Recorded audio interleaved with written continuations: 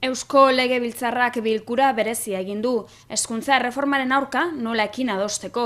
Alderdi popularra ez beste alde guztiek berretsi egin dute legearen aurka daudela, baina nola aurre egin da orain gakoa.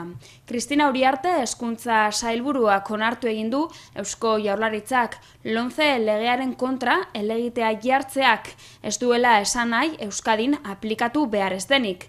Baina azpimarratu du erreforma saihesteko eta Euskal Hezkuntza sistema mantentzeko lanean jarraituko dutela.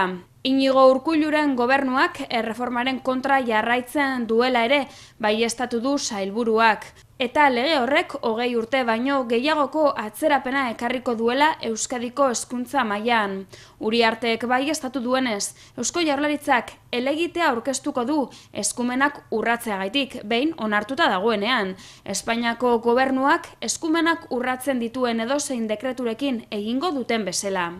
EH Bilduk bere aldetik berezko hezkuntza sistema baten oinarri pedagogiko eta araudi bat ezartzeko batzorde bat eratzea proposatu du Eusko Legebiltzarrean. LOMCE legeak ekarriko duen frankismoaren hezkuntza sistemari aurre egiteko, Belen Arrondok esan duenez, lege hau hezkuntza publikoaren kontra inoiz egindako erasorik larriena da.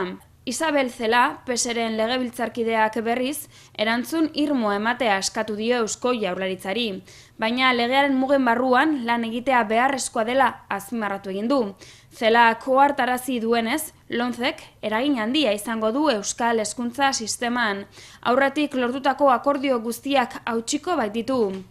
PP alderdiko Iñaki Oiarzabalek berriz, LOMCE legeak Espainia osoarentzat hezkuntza sistema bat garatzea helburu duela esan du. Oiarzabalen arabera, lege hau ahalik eta arinen aplikatu behar da gainera emaitzak berehala ikusi ahal izateko. Gaur halaber, Jose Ignacio Bert hezkuntza ministroa gaitzesteko proposamena egin du PSOEk kongresuan. Lege polemikoa senatuan onartzeko egun bakarra falta denean. ¡La universidad! ¡Le dijo de Obrero a la universidad!